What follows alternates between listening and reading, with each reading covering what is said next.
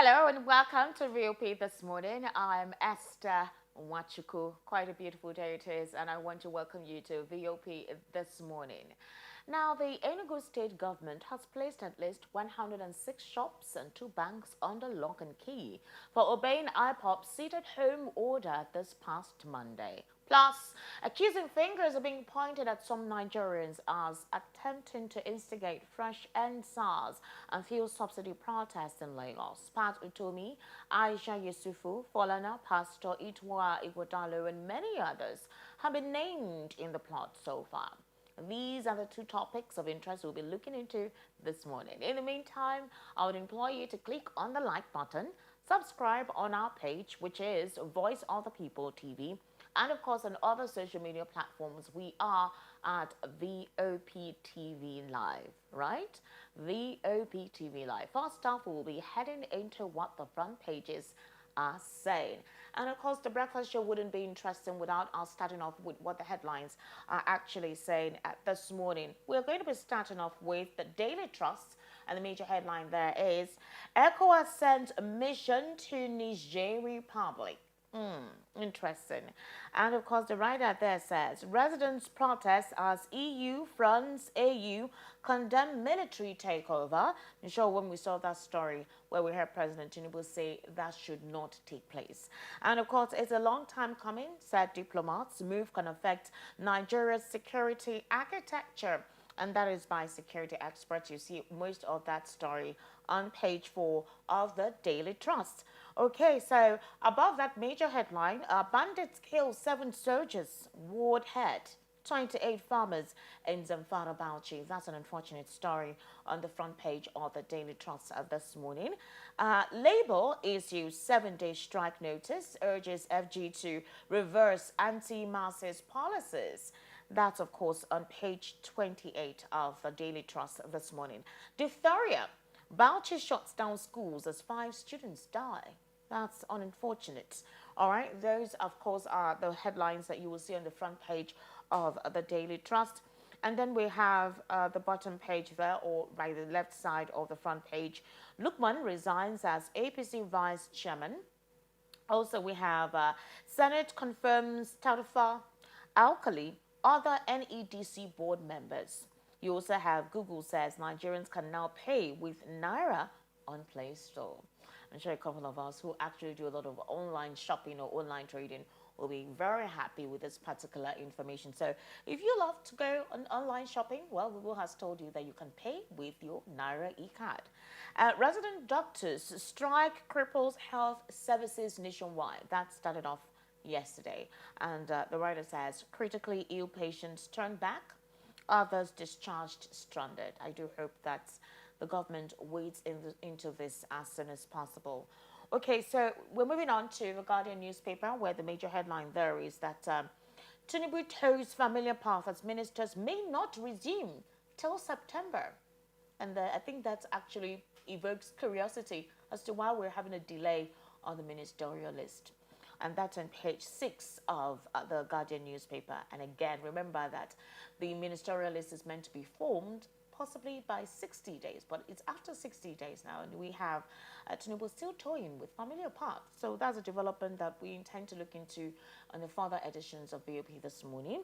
We have above that major headline, Nigeria, others risk losing U.S. market over uneven AGOA utilization. That's the business page, and you'll see that on page 15 on the Guardian newspaper this morning. Of course, another headline, which is also in the Daily Trust, Niger coup, ECOWAS, a global community won't tolerate threats to democracy, says Tinubu, and that's on page 3 of the Guardian newspaper this morning. So if you want to see further developments on that, you check on page 3 of the Guardian newspaper.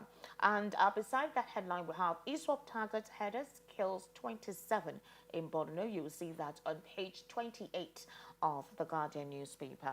Bottom page says, NLC insists on August 2 nationwide protest over rising hardship anti-poor policies. I think that is expected, and that is on page 6 of the Guardian newspaper.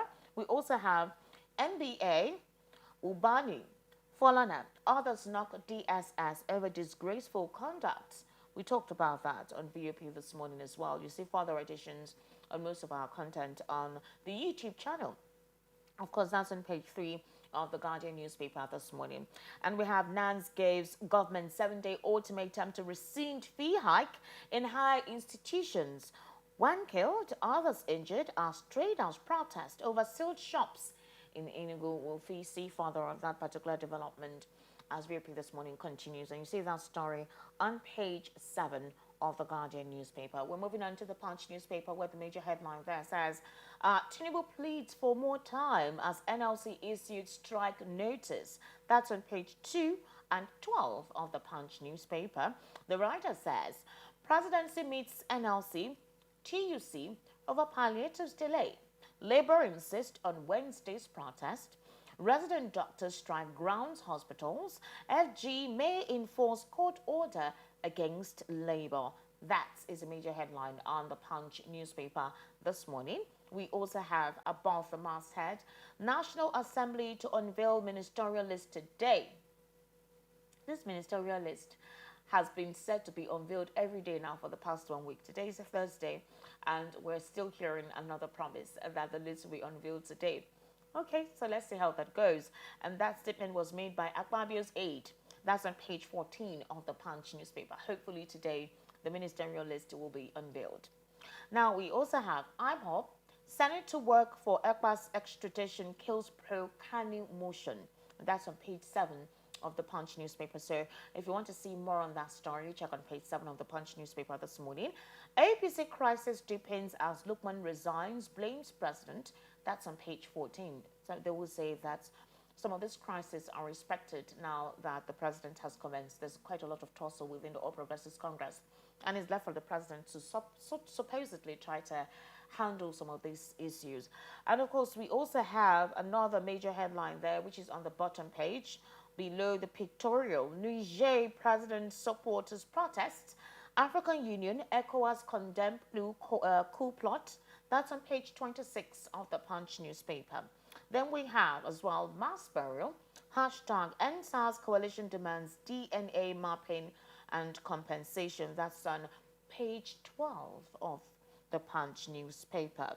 And we also have daredevil daylight robbers return to Lagos streets. That's on page 4 and 5 of the Punch newspaper. Some would say that it is expected to see these kind of nefarious activities take place considering the current economic reality. So having to see daylight robbery, I don't think it's impossible, and neither is it surprising. But you'll see more of the details of that story on pages 4 and 5. So we all need to be careful while we go about our businesses. And we also have on page 30 of the Punch newspaper, Musa, why I sell fuel at 580 naira per litre. I think that's one of the Super Eagles players, the popular Musa himself, and he has a filling station where he sells petrol still at 580 naira per litre. He hasn't increased his own price to 617 above that. So I'll say that's a good thing, trying to ameliorate the hardship of the increase on petrol. Okay, so we're moving on to the Nation newspaper this morning, where the major headline there says, RFI, Wike, Oyetola, Alake, Fakwemi make ministers list. And Edu Pate Adelabu, Beta Edu, also nominated by president. Okay, so you see most of that story on page 2 of the Nation newspaper. We have above the masthead, reps to curb HIOC's over 1 billion naira debt to NDDC. We also have DSS investigates scuffle in court over Emefiele. We also have strike, give government more time, president tells Labour. That's on page 5. And of course, Labour is insisting we will protest August 2, says NLC, notice contempt of court. And federal visitors remain tuition-free, says president. American proposes marriage to Chibok girl in the United States. I think that's one good story across all the major national dailies that we've called out the headlines this morning. But you'll see the details of that story on page 3 of the Nation newspaper. That's basically what we'll have for you on the front pages of some select national dailies this morning. Just stay with us because we're headed into what exactly the conversation is that we will be talking about on our first segment on the program this morning, which is the fact that, of course, up next is the fact that the Enugu state government has come down hard on businesses which obeyed IPOB sit-at-home order, setting up 106 shops and 2 banks. Let's talk about that in a bit.